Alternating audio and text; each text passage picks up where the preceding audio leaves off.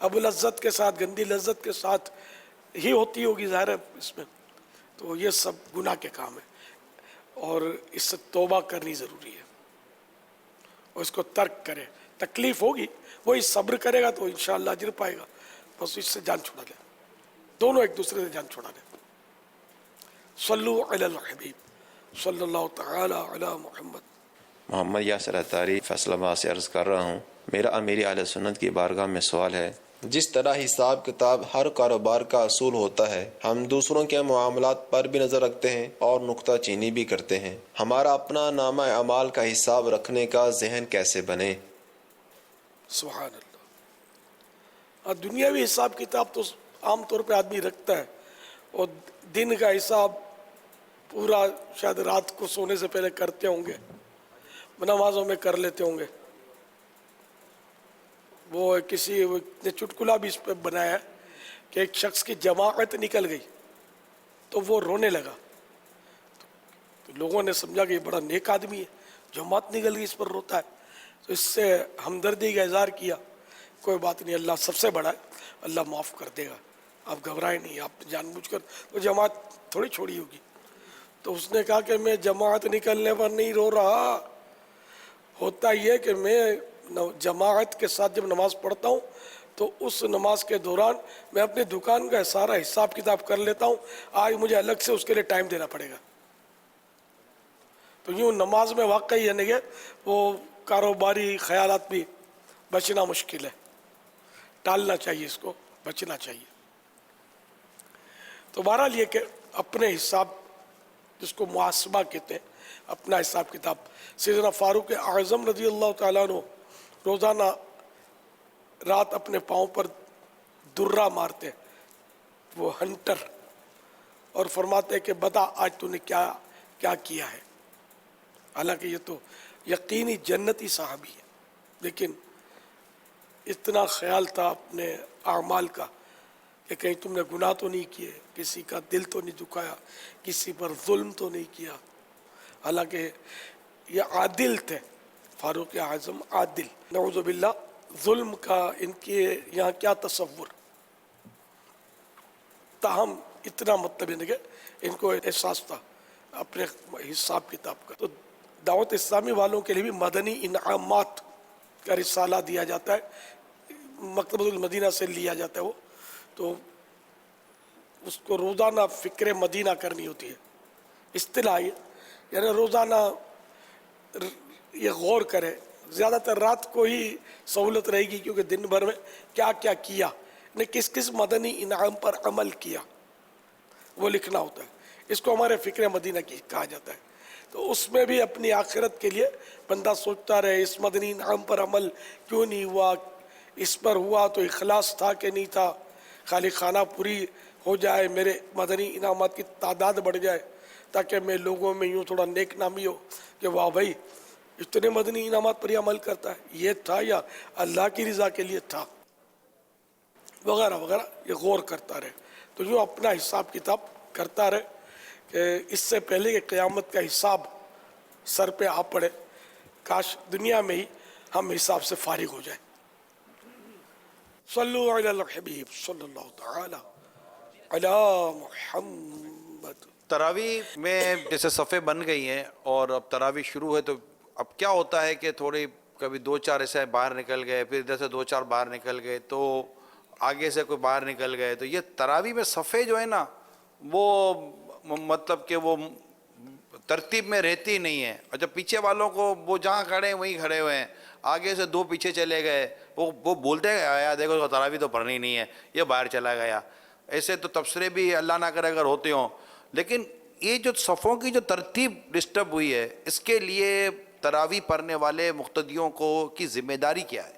سل بیچاروں کسی کو پیشاب لگ جاتا ہوا، کسی کو کچھ ہو جاتا ہوگا تو یہ نکل جاتے ہوں گے، پھر وضو کر کے آتے ہوں گے، تو پھر جہاں جگہ ملی وہاں کھڑے ہو جاتے ہوں گے. دراصل مسائل کا علم تو نہ ہونے کے برابر ہے. سچی بات ہے کہ اپنے تو بالکل یعنی کہ اللہ کی رحمت پر ہی نظر رکھی جائے، ویسے بھی رکھی جائے. جس کو مسائل آتے ہوں اس کو بھی رحمت پر ہی نظر رکھنی ہے کہ بخشا رحمت سے جائے گا.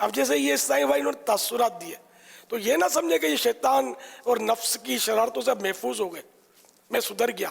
ہاں یہ ذہن نہیں بنانا ہے، اللہ سے ہر وقت ڈرتے رہنا ہے اور اللہ تعالیٰ کی خفیہ تدبیر سے ڈرنا ہے.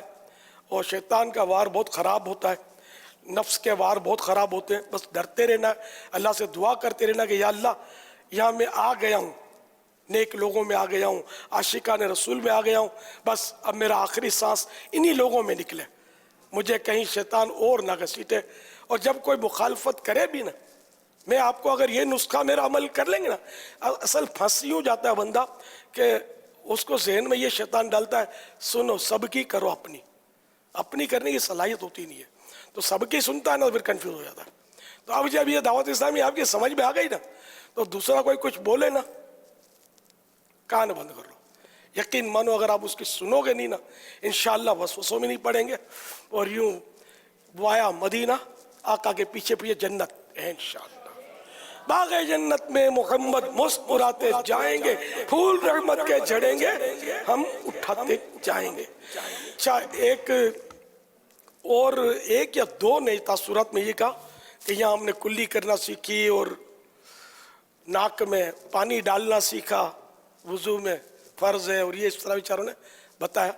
تو یہ پانی ڈالنا نہیں ہے وضو میں اور غسل میں، بلکہ پانی ناک میں چڑھانا ہے. اچھا کہاں تک چڑھانا ہے؟ یہ نرم ہڈی تک، نرم بانسا بولتے ہیں اس کو، بانسا مانے یہ ہڈی، نرم ہڈی تک. اچھا اب روزے میں بھی چڑھانا تو ہے پانی، لیکن روزے میں ریڈ الرٹ، دماغ میں چڑھ گیا تو روزہ ٹوٹ گیا. اس لیے اپنی نرم ہڈی تک جتنا ہولے جلدی بازی میں چڑھ سکتا ہے، اگر روزہ یاد ہوا تو روزہ ٹوٹ جائے گا. تو یوں تھوڑا ڈر کے یوں سونگ کے چڑھانا ہے پانی، خالی ڈالنا یوں نہیں ہے. تو یہ پانی نرم ہڈی تک چڑھانا یہ وضو میں سنت المؤکدہ اور غسل میں فرض ہے.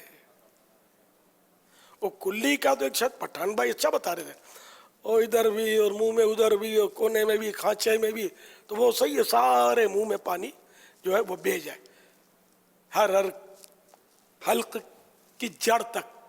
البتہ حلق سے نیچے پانی اگر اتر گیا وضو میں اور روزہ یاد تھا تو روزہ ٹوٹ جائے گا، اور روزہ نہ ہو تو غرغرہ کرنا بھی سنت ہے، مگر روزے میں غرغرہ کرنے کی ممانعت ہے. صلو علی الحبیب صلی اللہ تعالی علی محمد. ماشاءاللہ یہ بہرحال یہ کہ تاثرات ان کے دلچسپ ہوتے ہیں اور بڑا مزہ آتا ہے سننے میں ماشاءاللہ. اللہ تعالیٰ باپا کو سلامت رکھے. بہت ہی اہم ترین مدنی پھول ہمیں ملے ہیں. کیا حاضرین کیا ناظرین کہ ہمیں اپنے آپ کو نیک سمجھنا نہیں ہے، بلکہ یہ دعا کرتے رہنی ہے کہ میں نیک بن جاؤں. یہ جی چاہتا ہے ہر وقت، کیونکہ دیکھیں ایک ہوتا ہے وہ کیا کہتے ہیں خود کو نیک ثابت کرنے کے لیے جینا، اور ایک ہوتا ہے نیک بننے کے لیے جینا. ہمیں اپنے آپ کو نیک ثابت کرنا بھی نہیں ہے، ہمیں بس نیک بننا ہے، اور رب تعالیٰ کے حضور ہر وقت یہ دعا کرتے رہنی ہے مولا نیک بن جاؤں جی چاہتا ہے. یا خدا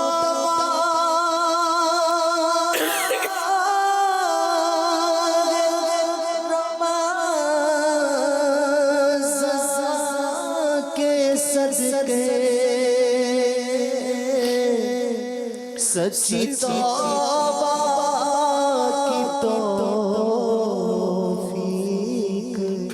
دے دے یا خدا.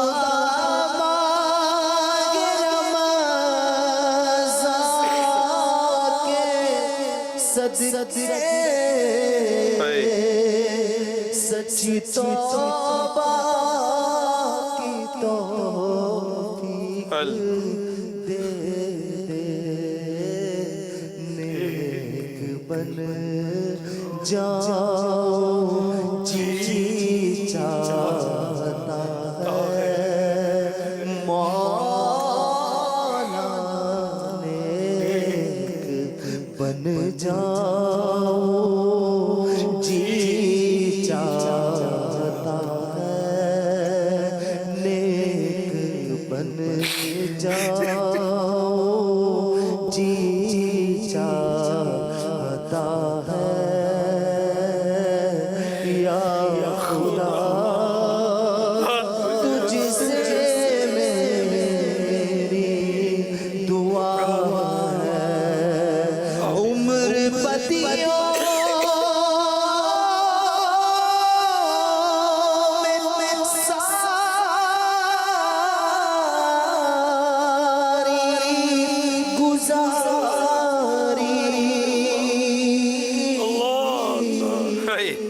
ہائے پھر بھی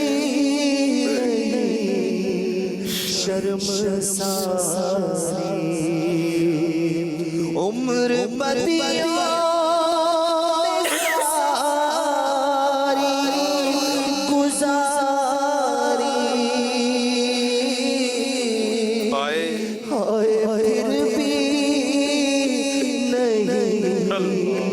شرم ساری بخش محبوب کا واسطہ ہے مولا بخش محبوب کا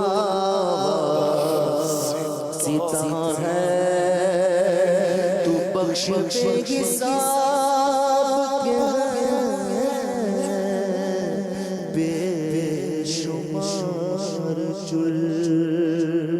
دیتا ہوں تجھے واسطہ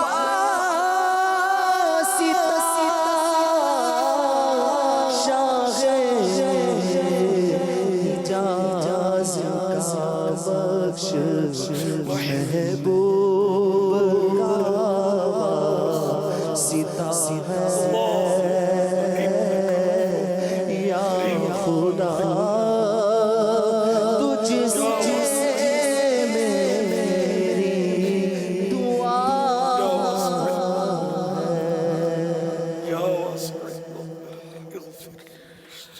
اللہ اللہ. آپ نے نیک بننے کی باتیں کی ہیں. سوال یہ ذہن میں آتا ہے کہ نیک بننے سے صرف ظاہر کا بدلنا کافی ہے یا نیک بننے کا تعلق کچھ باطن سے بھی ہے؟ ظاہر و باطن دونوں کی اصلاح ضروری ہے. ظاہر بھی صحیح ہونا چاہیے، اور داڑھی ہے، امامہ پہنتا ہے تو اور اچھا ہے، یا سنت و برا لباس، فساق کے لباس سے تو خاص کر بچنا ضروری ہے، جو ان کی وضع ہو سے تو واجب ہے بچنا. اور اسی طرح مطلب ہے کہ ظاہری بول چال، اخلاق، یہ سب کی اصلاح ہونی چاہیے. اور ساتھ میں یہ کہ دل میں جو باطنی معاملات ہیں، تکبر، حسد وغیرہ، اس طرح کے بہت سارے بدگمانیاں جن کا دل سے تعلق ہے، یہ گناہ بھی بڑے مہلک ہیں، برباد کرنے والے ہیں. تو ان سے بھی بچنا ضروری. ظاہر اور باطن دونوں کی اصلاح کے لیے بندے کو کوشش کرنی چاہیے. تو ظاہر و باطن کی اصلاح کے لیے احیاء العلوم اللہ توفیق دے تو اس کا مطالعہ کریں. 5 جلدوں میں یہ مکتبۃ المدینہ سے اردو میں مل سکتی ہے. امام غزالی کی کتاب ہے، اور چھوٹی کتاب کم از کم پڑھ لیں، منہاج العابدین، یہ بھی بہت پیاری کتاب ہے ظاہر و باطن کی اصلاح کے لیے. اور اس کا بھی اب وہ تلخیص بھی ہے اس کی، مختصر منہاج العابدین، وہ تو تھوڑے صفحوں کی ہوگی، کم از کم یہی پڑھ لیجیے.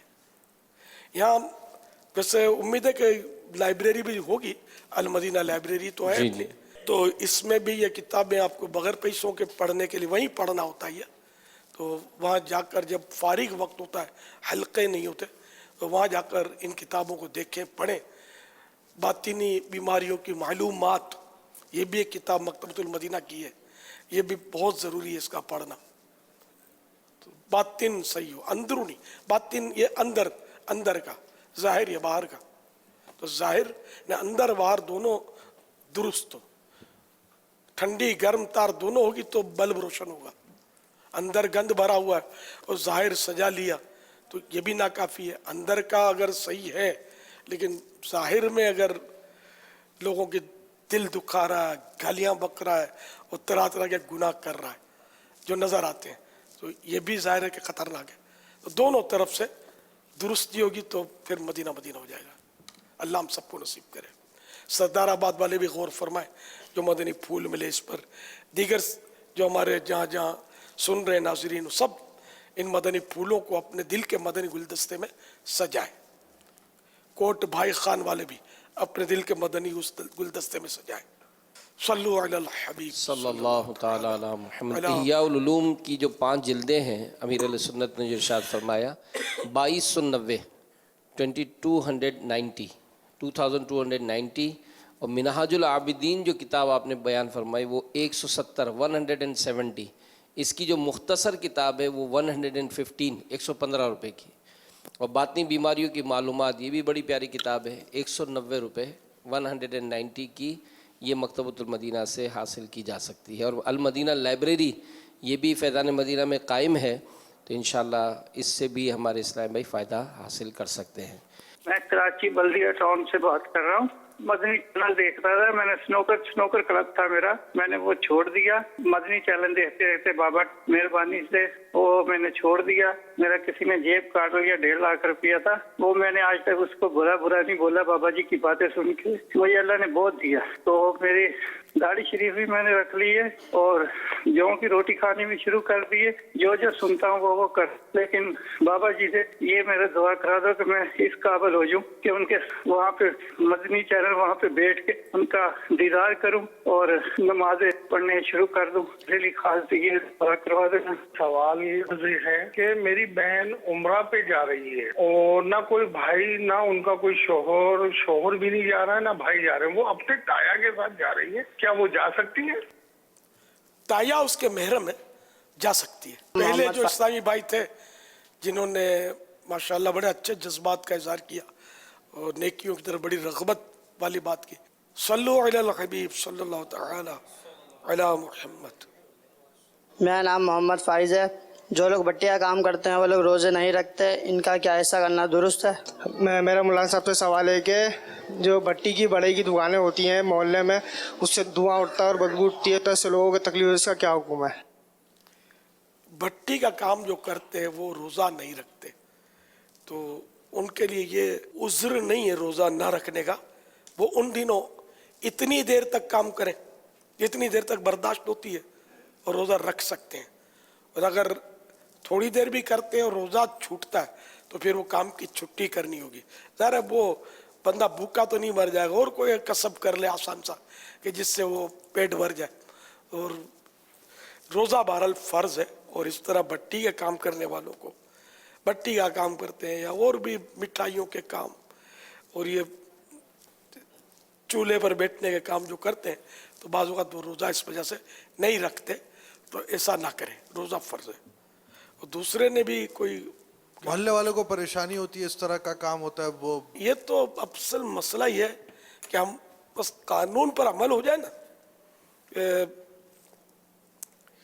اصل ان کے لیے مخصوص وہ علاقے ہوتے ہیں، فیکٹری ایریا جس کو بولتے ہیں، اور باہر ملکوں میں صنعیہ کے باہر کسی کے مجال نہیں ہو اس طرح کا کام کر جائے، ایسا قانون پر عمل ہوتا ہے۔ ہمارے یہاں تو گھر گھر میں بٹیاں کھول لیتے ہیں، جس سے دھوؤں سے تکلیف ہوتی ہے لوگوں کو، مشینوں کے شور سے تکلیف ہوتی ہے، تو یہ جائز تو نہیں ہے کہ رہائشی علاقے میں ایسا کام کرنا جس سے لوگوں کو تکلیف پہنچے۔ اس کے لیے علاقے مخصوص ہیں، وہاں یہ اپنا فیکٹری یا جو بھی یہ چلائے۔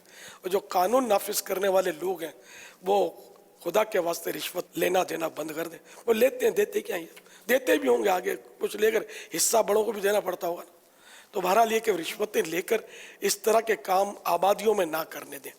اگر یہ قانون پر عمل کریں گے نا تو انشاءاللہ لوگوں میں امن قائم ہوگا اور ان کو سکون کا سانس ملے گا، ورنہ واقعی بیچاروں کو بہت تکلیف ہوتی ہوگی۔ پھر اس طرح کے یہ جو چلاتے ہیں نا یہ بٹیاں اور یہ بڑے دادا گیر ٹائپ کے لوگ ہوتے ہیں، کوئی ان کو منع بھی نہیں کر سکتا، ورنہ وہ توڑ پھوڑ مچا دیں گے، مار دھاڑ کر دیں گے، کیونکہ ان کو وہ پیٹھ ہوتی ہے نا بعض انتظامیہ کے رشوت خوروں کی، تو وہ ان کے بل پر وہ دادا گیریاں کر رہے ہوتے ہیں۔ تو ایسا نہ کریں۔ دیکھو موت سب کے مسئلے حل کر دے گی، موت آنی ہے، موت سے پہلے بھی اگر بیمار ہو گئے تو بعض اوقات بیمار بھی ایسا پڑتا ہے بندہ کہ وہ چین بول جاتا ہے، کچھ نہیں کر سکتا۔ تو اللہ کے قہر و غضب سے سبھی کو ڈرنا چاہیے۔ جو ایسا کام کرتے ہیں غیر قانونی اور یہ بٹیاں اور اس طرح کی چیزیں جس سے لوگوں کو تکلیف ہوتی ہے، اور قانونی بھی وہ جرم ہے۔ اگر قانونی جرم نہ بھی ہو اور لوگوں کو تکلیف ہوتی ہے تو مسلمانوں کو تکلیف سے تو بچانا ہی پڑے گا، یہ تو واجب ہے، ورنہ تو وہ گناہ گار ہوگا۔ حقوق عامہ یا تلف ہوتے ہوں، چاہے گورنمنٹ کا کوئی ایسا قانون نہ ہو اس ٹاپک پر، لیکن اگر حقوق عامہ تلف ہوتے ہیں، لوگوں کی حق تلفیاں ہوتی ہیں تو اس سے بچنا ہی پڑے گا۔ لیکن قانون سب کے بنے ہوئے ہوتے ہیں، میں آپ کو بتا دوں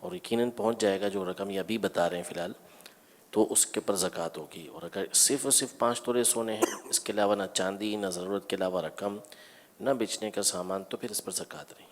یعنی یوں سمجھ لے کہ 5 تولہ سونا ہے اور 1 روپیہ ہے آپ کے پاس، صرف 1 روپیہ جو حاجت اصلیہ سے فارغ ہے اور زکوٰۃ کے شرائط مطلب پائے جا رہے ہیں.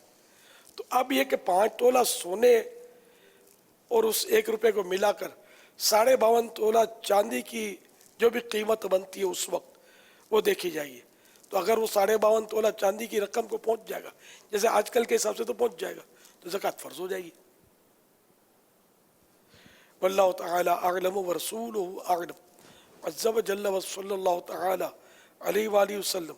صلو علی الحبیب صلی اللہ تعالی علی محمد.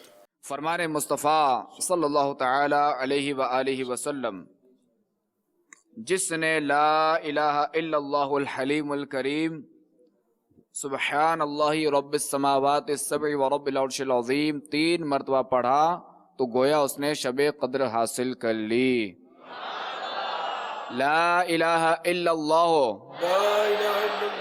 الحلیم الکریم سبحان اللہ رب السماوات السبع ورب العرش العظیم.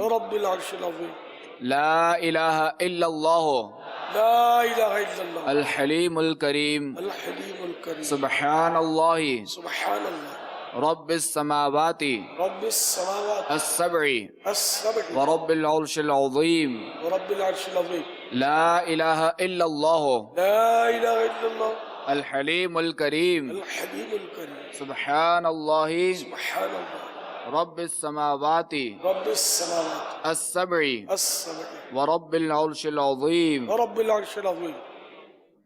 حضرت سیدنا عبداللہ بن عمرو بن عاص رضی اللہ تعالی عنہ فرماتے ہیں، جو یہ دعا کسی مجلس سے اٹھتے وقت 3 مرتبہ پڑھے تو اس کی خطائیں مٹا دی جاتی ہیں، اور جو مجلس خیر و مجلس ذکر میں پڑھے تو اس کے لیے خیر یعنی بھلائی پر مہر لگا دی جائے گی.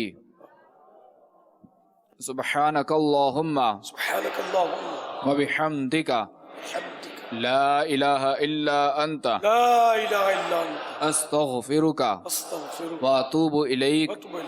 سبحانک اللہم وبحمدک لا الہ الا انت استغفرک واتوب الیک. سبحانک اللہم وبحمدک لا الہ الا انت استغفرک واتوب الیک. صلو علی الحبیب صلی اللہ تعالی علی محمد. خوف خدا و عشق مصطفیٰ، علم و عمل اصلاح معاشرہ، فقہ شریعت و طریقت کا ہے مجموعہ مدنی مذاکرہ، ہے مجموعہ مدنی مذاکرہ،